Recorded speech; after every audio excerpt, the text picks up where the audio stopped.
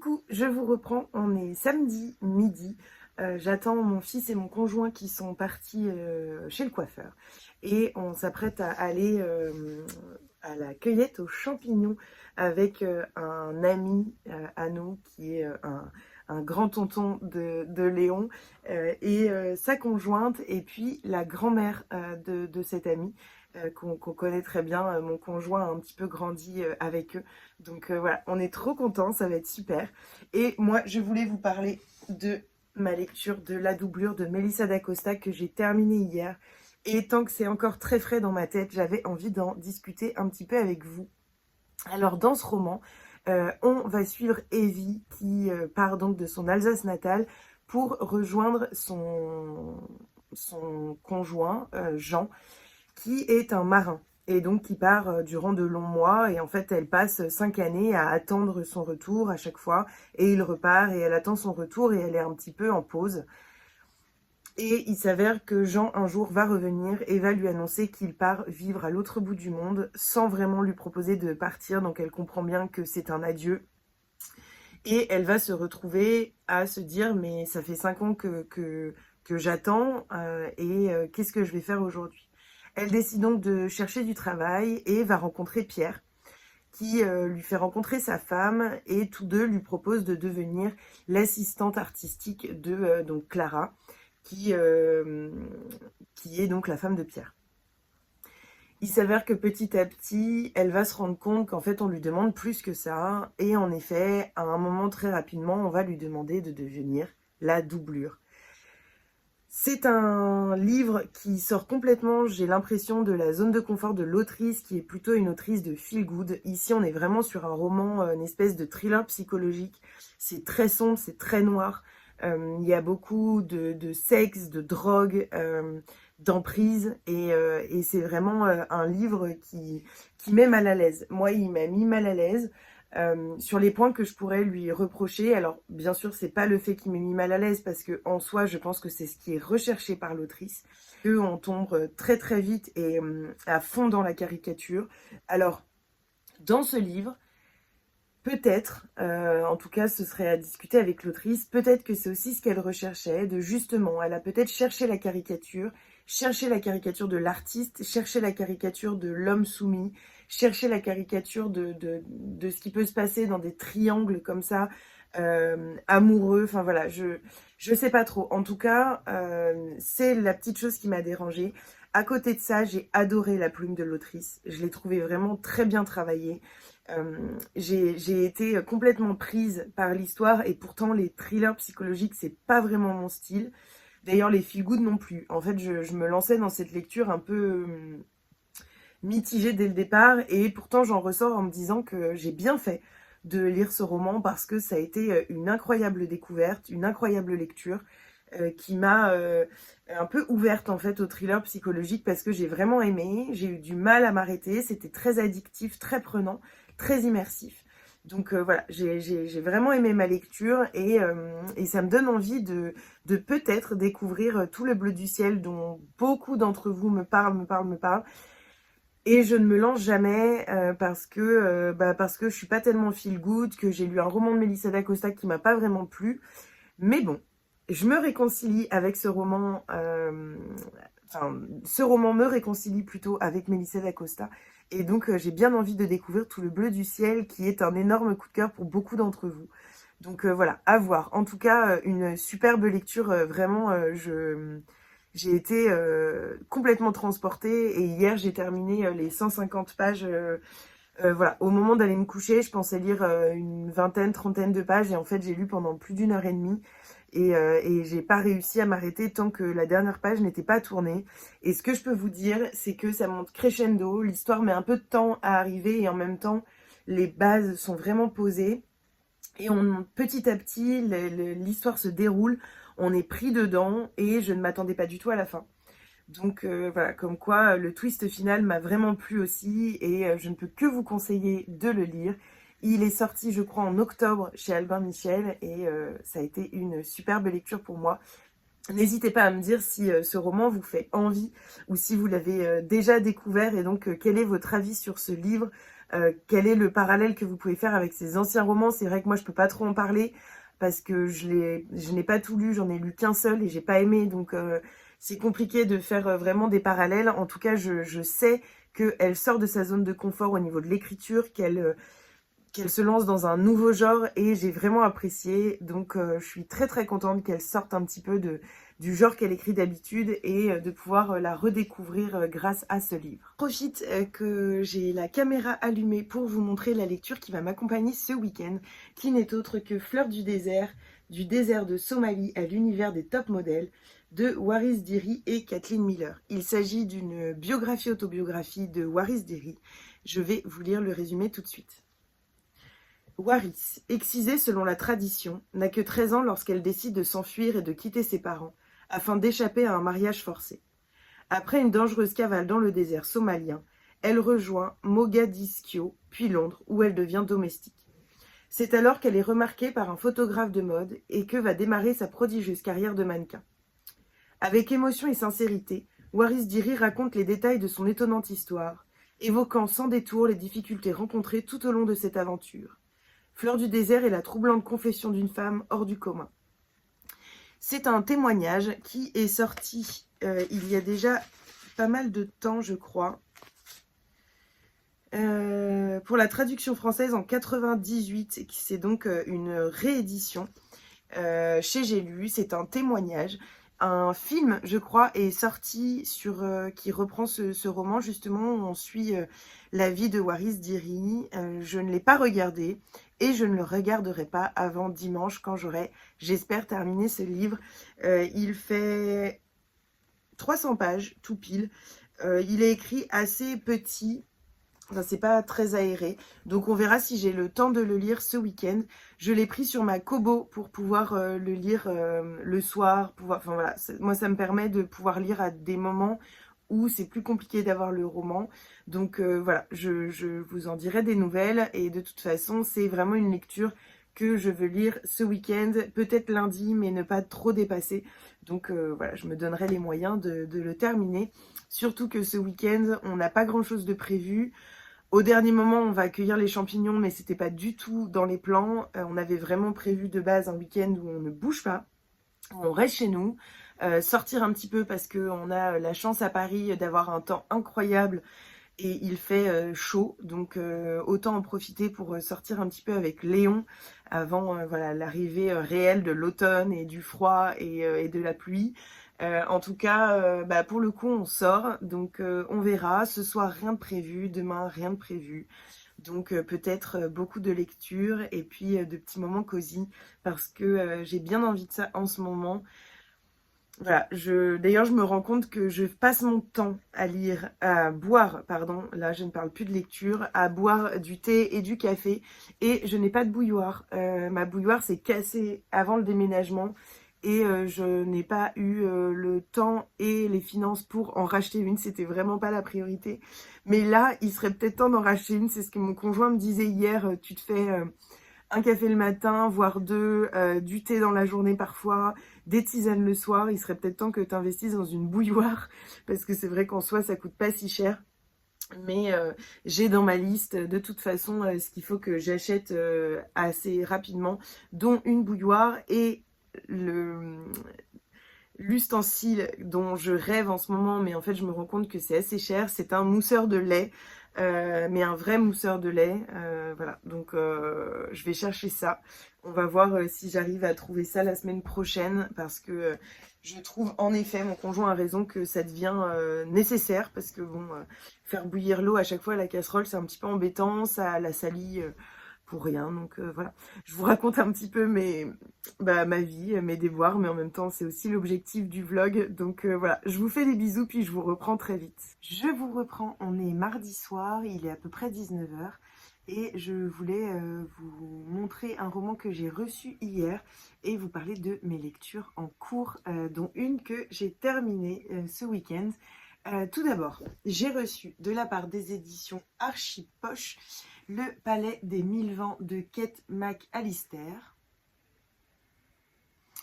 C'est un roman qui me fait très envie et dont je vais vous lire le résumé tout de suite. Lahore, 1838. Adolescent, Morgan vit sous le joug de son père, un cruel mercenaire. Il tombe amoureux de Shali, une jeune princesse mongole promise au petit-fils de l'empereur du Pendjab. Morgan s'efforce de l'oublier en prenant sous son aile Mora, une fillette venue rejoindre son père, le colonel Fleming, redoutable chef de la police de l'empereur. Un jour, injustement accusé du meurtre de son père, Morgan parvient à s'échapper et s'enfuit dans l'Himalaya. 10 ans ont passé. Mora est mariée à un botaniste britannique qui œuvre dans le renseignement. Au cours d'une réception au Palais des Mille Vents en Russie, elle reconnaît Morgan et tombe à nouveau sous son charme. Elle manœuvre pour qu'il soit le guide de leur expédition.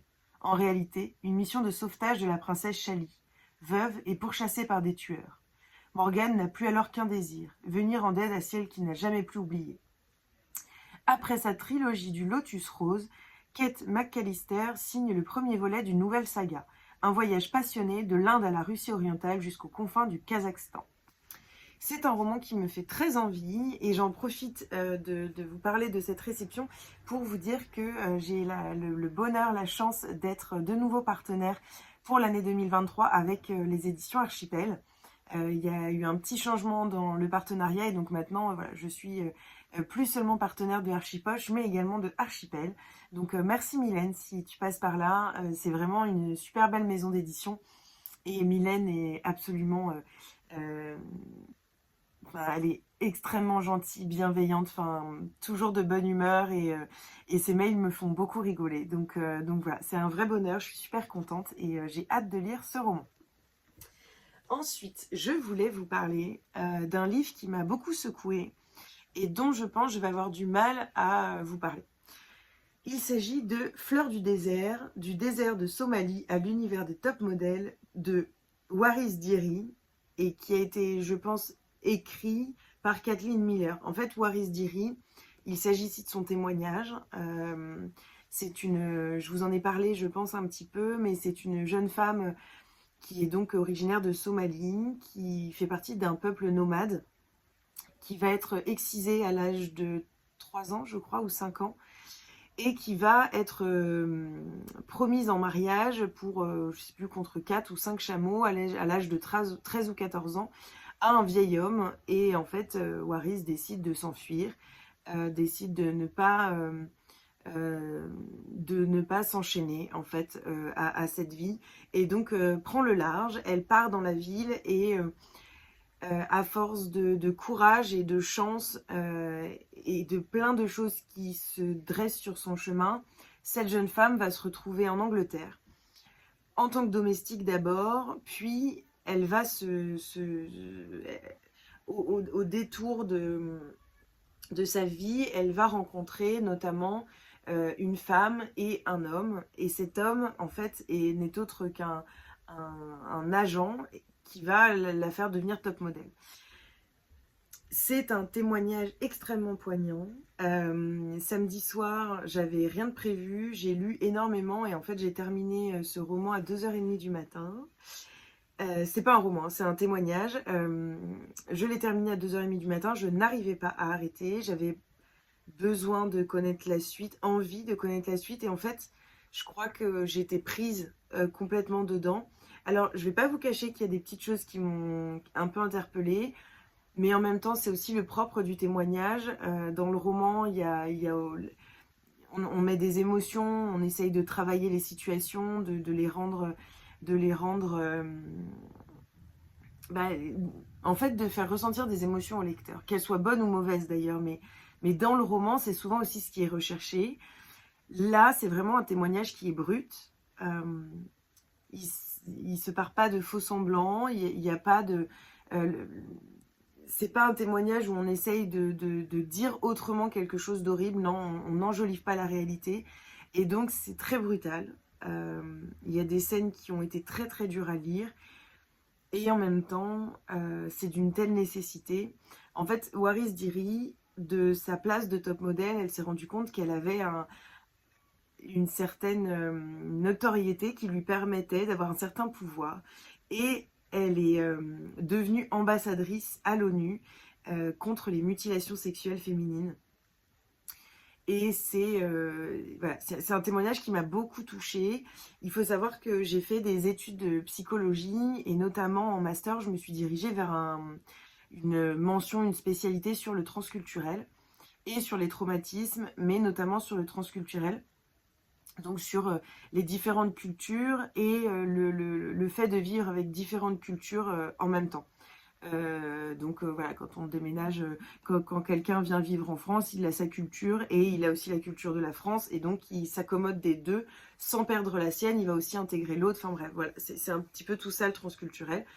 Et on a notamment beaucoup travaillé sur l'excision. Je voudrais pas me tromper sur les chiffres, mais il y a environ 200 millions de femmes qui sont excisées dans le monde, 6 millions par an de jeunes femmes qui sont excisées. Et il y a, je crois, 60 000 femmes excisées qui vivent en France. Et donc, c'est un vrai sujet de société. C'est des questions, c'est une problématique que je peux potentiellement rencontrer dans mon travail. Et donc, il me semblait essentiel de m'informer dessus. J'ai un autre livre qui parle de ça, qui s'appelle Mutilé, que je n'ai pas encore lu, que je vais lire, je pense.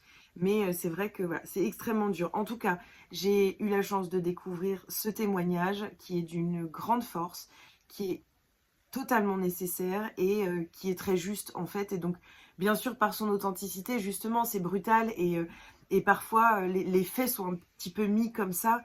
Et en même temps, bah, c'est un témoignage, c'est pas un roman. Et donc, c'est de la vie brute. Et c'est comme ça que Waris a voulu le délivrer. Et je trouve ça extrêmement fort et courageux de pouvoir parler comme elle l'a fait.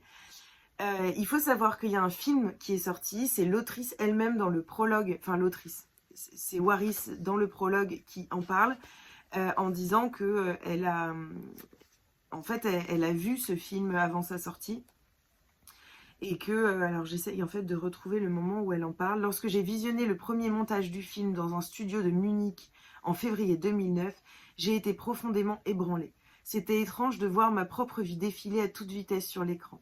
Mon enfance, la mutilation, la fuite d'un mariage forcé, les nombreuses humiliations dont j'ai été victime en tant que jeune femme et immigrée sans abri à Londres. Ce que je voyais ravivait tous mes souvenirs, toute la douleur, la tristesse et la colère de cette période. Je suis d'abord tombée en état de choc. Je suis restée assise, immobile, mon cœur battait la chamade. Puis j'ai fondu en larmes, sans parvenir à m'arrêter. Johanna s'est assise près de moi, et j'ai posé ma main tremblante sur son bras. Lorsque le film s'est achevé, je suis restée assise seule pendant un long moment dans la salle de projection du studio, pendant que Peter Hermann, la réalisatrice, et Walter m'attendaient dans le sas. Cet après-midi-là, je me suis demandé si cela valait vraiment la peine d'étaler toute ma vie, mes blessures physiques et émotionnelles, ma douleur une fois de plus aux yeux du monde entier, et de me traumatiser une nouvelle fois. Ces doutes m'ont hantée. Je savais ce qui m'attendait avec le film Fleur du désert, des interviews stressantes, des sollicitations pour des émissions de télé, des invitations à des tables rondes et des conférences où j'allais devoir raconter mon sort cruel. Ce jour-là, j'ai décidé de tout donner une fois de plus et de poursuivre ma mission, parce que mon combat contre les MGF était loin d'être gagné et qu'avec ce long métrage, j'avais entre les mains une arme bien chargée. Je savais que ce film ne laisserait personne indifférent. J'ai essuyé mes larmes dans mon foulard fétiche, celui que ma mère m'a donné il y a des années et que je porte toujours dans les moments importants. Je me suis levée, j'ai rejoint mon équipe et je leur ai dit « Ok les gars, bravo. Je suis prête à porter ce film dans le monde entier. C'est parti. » Voilà, j'avais pas forcément prévu de vous le lire et en même temps, quand je vlog, les choses se font un peu comme ça, je ne prépare pas. Et je pense que ça montre bien toute la force du film également qui est sorti, qui s'inspire forcément du livre puisqu'il s'inspire de la vie de Waris et que les deux vont ensemble. Et en effet, le film correspond très bien au livre et j'ai été extrêmement touchée par ce film qui mettait un petit peu en image ce que j'avais pu lire dans ce livre. Donc voilà, je voulais vous en parler. N'hésitez pas à me faire un petit retour, me dire si ce témoignage vous fait envie. Il a été réédité chez J'ai lu et c'est vraiment un témoignage qui est vraiment nécessaire. Et enfin, j'ai débuté L'orpheline de Foundling de Stacey Hawes, publié chez Pocket. Il est sorti en septembre. J'attendais avec impatience sa sortie en poche. Je vais vous lire le résumé et puis vous faire un petit update de là où j'en suis parce que j'ai bien avancé. D'ailleurs, mon marque-page n'est pas au bon endroit parce que je l'ai pris en e-book sur Kobo et donc j'ai vraiment beaucoup avancé. Je pense que j'en suis au moins à 150 voire 200 pages. Voilà, mais je ferai l'update tout à l'heure. Alors, Londres 1747. Bess Bright, vendeuse sur le marché aux poissons de Billingsgate, voit se refermer derrière elle les grilles de l'orphelinat de l'hôpital de Foundling. La mort dans l'âme, elle y laisse Clara, son bébé. Un jour, elle s'en fait la promesse, elle reviendra la chercher. 6 ans plus tard, ayant économisé chaque penny, elle retourne à l'orphelinat pour retrouver son enfant qu'elle n'a jamais oublié. Mais on l'informe que sa fille n'y est plus depuis longtemps, réclamée jadis par une femme se faisant passer pour Bess. Pour découvrir qui lui a volé sa fille, il lui faudra passer la porte d'une grande maison bourgeoise de Bloomsbury, où une jeune veuve et sa fillette vivent en recluse au milieu de lourds secrets. Alors, déjà, les points très positifs, j'aime énormément ma lecture, je dévore d'ailleurs parce que je l'ai commencé dimanche et que j'ai pas eu beaucoup le temps de lire et pourtant j'en suis déjà à au moins 150-200 pages, donc j'ai vraiment bien avancé. J'aime beaucoup l'écriture de l'autrice, je retrouve cette écriture qui m'avait complètement transportée dans Les Sorcières de Pendle. Après, pour l'instant, mais alors peut-être que mon avis peut complètement évoluer à la fin. C'est une très très bonne lecture, mais je sais pas. Il y a quelque chose dans l'histoire qui pas me dérange, mais me pose question. Tout est comme un peu trop simple. Et je sais déjà ce qui va se passer. En fait, presque depuis le début. Alors, est-ce que c'est le résumé qui m'en a trop dit? Est-ce que... je ne sais pas. Est-ce que... En fait, c'est tellement rare que je... En fait, d'habitude, et c'est vrai, je ne pense même pas à la fin. Quand je lis un livre, j'essaye pas de deviner la fin parce que ça m'intéresse pas de deviner la fin. Si je la devine, il n'y a plus vraiment de surprise. Et donc, c'est quelque chose qui ne me vient jamais à l'idée de chercher à qu'est-ce que pourrait être la fin. Même dans les polars, j'essaye jamais de me questionner sur qui est le meurtrier, en fait, sauf si c'est évident et qu'on le sait dès le départ, mais sinon, j'essaye pas, moi, je lis, je découvre au fil des pages et je me laisse guider par l'histoire. Et là, eh ben, je sais la fin. Enfin, je pense vraiment savoir la fin. J'espère être surprise, mais je ne pense pas. Et donc, j'espère que tout ce qui va se passer entre-temps va faire que c'est pas grave de connaître la fin parce que c'est l'intérieur de l'histoire qui est intéressante. Là, bon, je pense que c'est pas aussi profond que ce que j'attendais. Je m'attendais à une autre histoire, à autre chose. Mais en même temps, dans Les Sorcières de Pendle aussi. Et j'ai adoré, ça a été un coup de cœur. Donc, potentiellement, mon avis va changer. De toute façon, je vous reprends, je pense de toute façon, avant de clôturer ce vlog, parce que je le terminerai sûrement ce soir ou demain. Et donc, je vous parlerai de mon avis final tout de suite pour vous, en fait. Je vous reprends, on est jeudi soir, il est à peu près 20h30. On vient de coucher Léon. Pour être tout à fait honnête, j'ai déjà tourné cette séquence. Sauf que les petits... en fait, on avait un petit copain de Léon de l'école qui était là avec son papa. Ils viennent de partir et en fait, ils hurlaient. Et malgré que je me sois mise dans ma chambre et que j'ai fermé la porte, je me suis rendu compte en réécoutant la vidéo que c'était absolument pas possible de vous infliger ça. Voilà, pour être sincère. Donc je retourne cette partie de vidéo pour venir clôturer. J'espère que vous passez un joli moment en ma compagnie et je voulais vous montrer quelques réceptions des romans que j'ai reçus entre hier et aujourd'hui. Vous faire également un petit update lecture, donc on commence tout de suite. Tout d'abord, hier, j'ai reçu un roman de Lucinda Riley, La Maison de l'Orchidée. Je suis absolument fan de cette couverture. Il est sorti chez Charleston, je crois qu'il est déjà sorti en octobre, donc il vient de sortir au format poche. C'est un énorme pavé, il fait c'est à peu près 740-750 pages, mais c'est ce à quoi nous a habitué Lucinda Riley. Et ça n'enlève pas que je dévore ces romans quand je les commence, donc je suis super contente et j'ai hâte de le lire.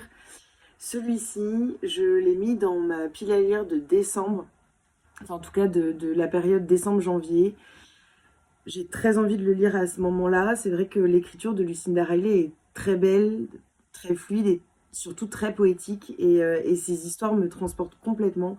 Et c'est vraiment des romans que j'apprécie de lire dans des moments où il fait froid et où voilà, sa plume me ramène un petit peu de chaleur, malgré que souvent les sujets abordés ne sont pas très simples, mais il y a voilà, cette double chose justement que j'aime, des sujets pas très simples et en même temps une vraie beauté, une vraie douceur dans ces histoires.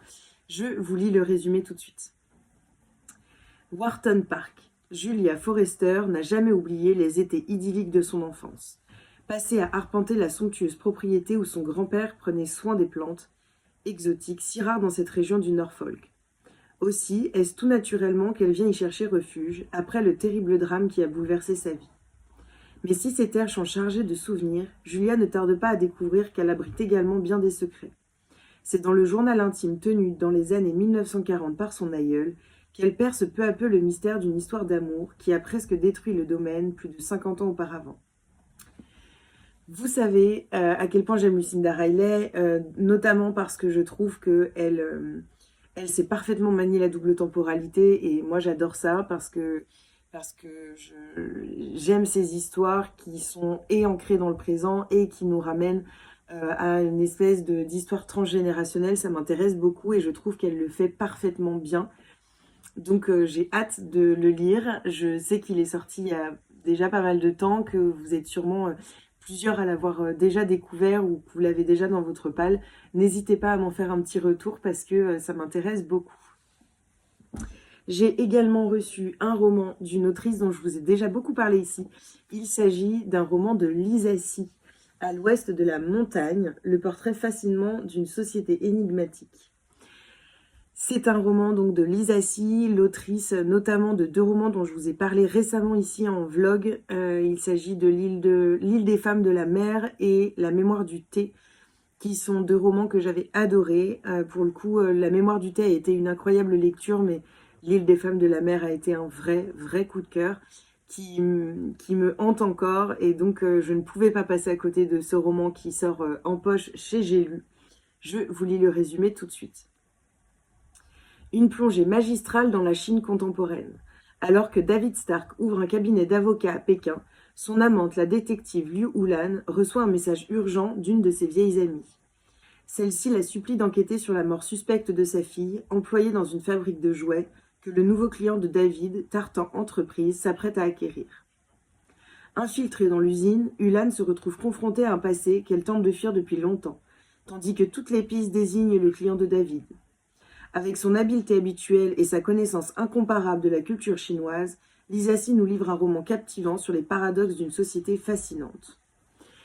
C'est donc un roman que j'ai très envie de lire, qui semble, par sa couverture et par ce qui est dit un petit peu, sortir des romans que j'ai pu lire d'elle, qui sont voilà, vraiment des romans historiques.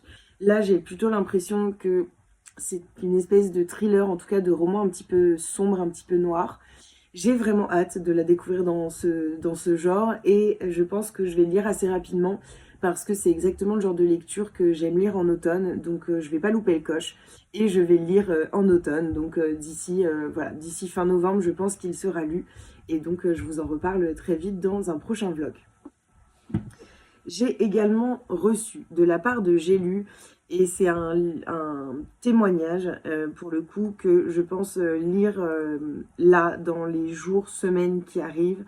Il s'agit de La femme, la vie, la liberté de Laïla Mustafa et Marine de Tilly.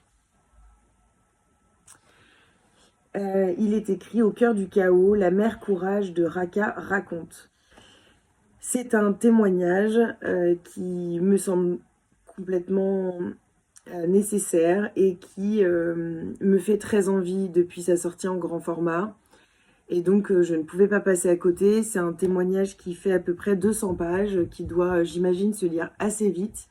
Même si je me suis rendu compte avec Fleur du désert, dont je vous ai parlé un petit peu plus tôt, que voilà, lire un témoignage, c'est aussi dur parce que parce que l'écriture est forcément différente d'un roman, et donc voilà, c'est important de se poser et de pouvoir vraiment se concentrer sur la lecture.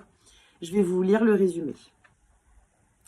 Jin Jiyan Azadi, la femme, la vie, la liberté est le cri de ralliement des combattantes kurdes. Le 17 avril 2017, Laïla Mustafa est désignée maire de Raqqa, l'ancienne capitale de Daesh. Elle est l'unique femme dans une assemblée de 130 hommes.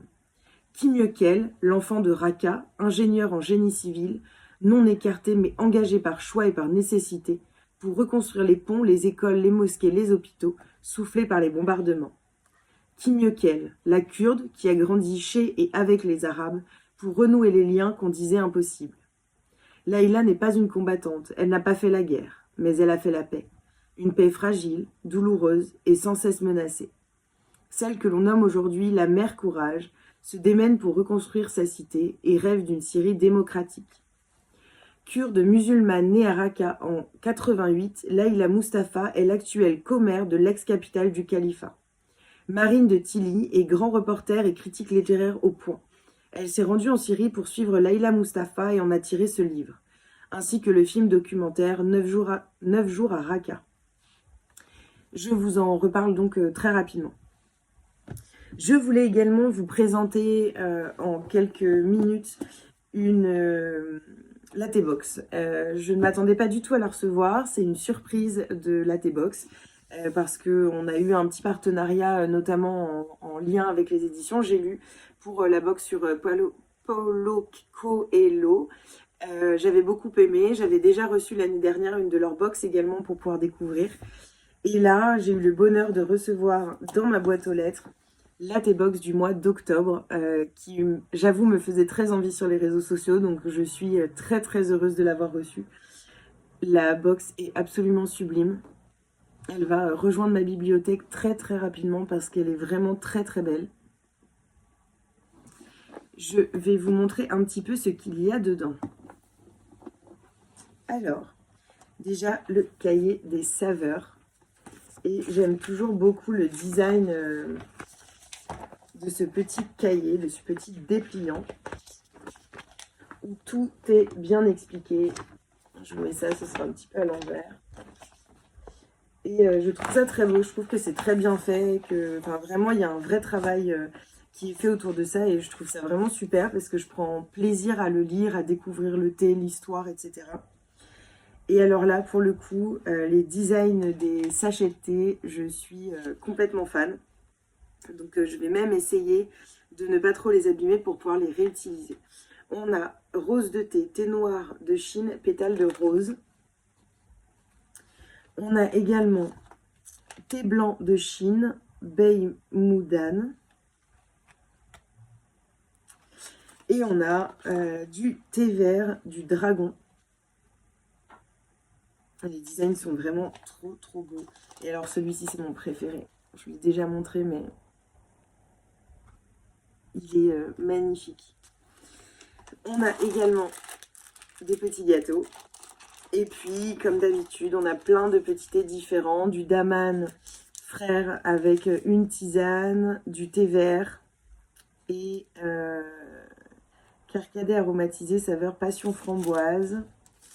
C'est cela.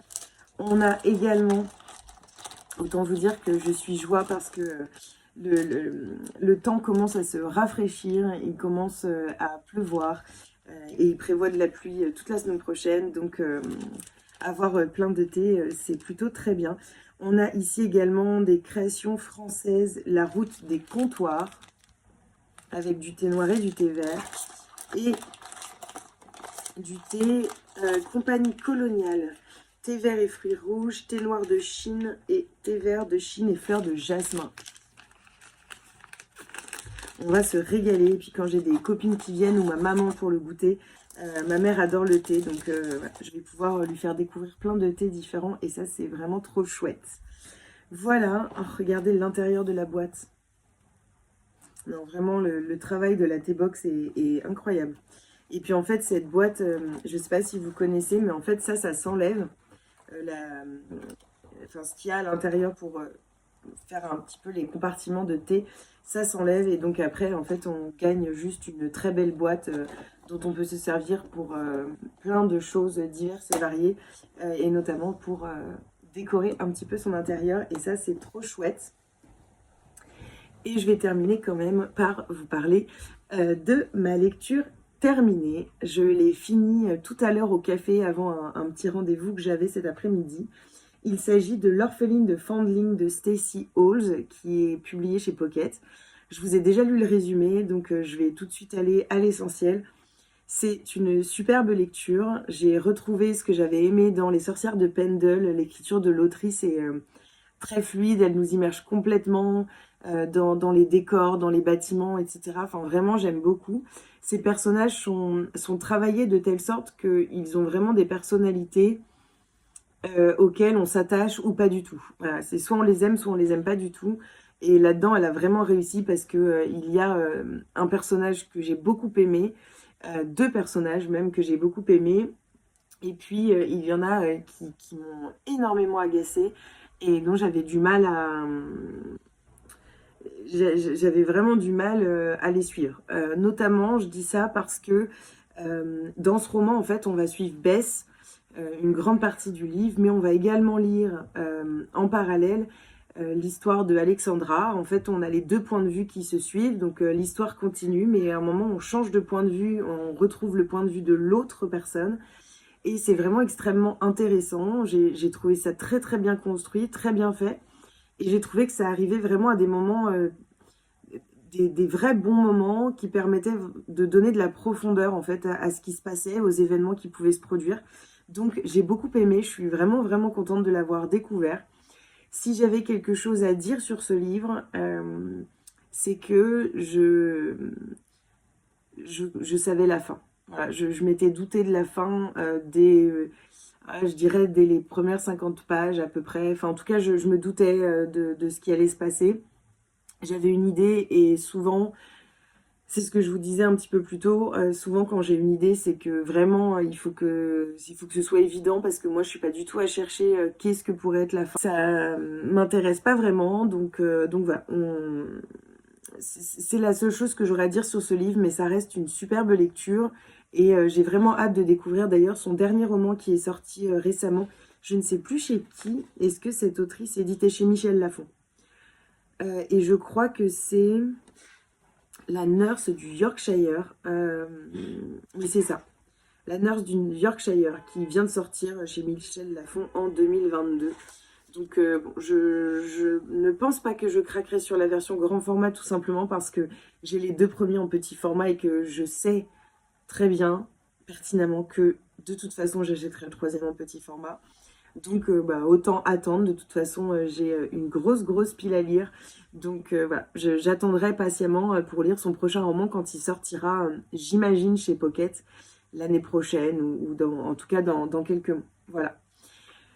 J'espère que vous avez passé un joli moment dans ce vlog. En tout cas, j'ai pris beaucoup de plaisir. Je ne peux pas trop en ce moment vous prendre tous les jours, mais j'espère qu'au bout d'un moment, je trouverai le rythme pour pouvoir même vous prendre quelques minutes pour vous montrer mes réceptions sur le moment et puis vous faire des updates un peu plus récurrents de mes lectures.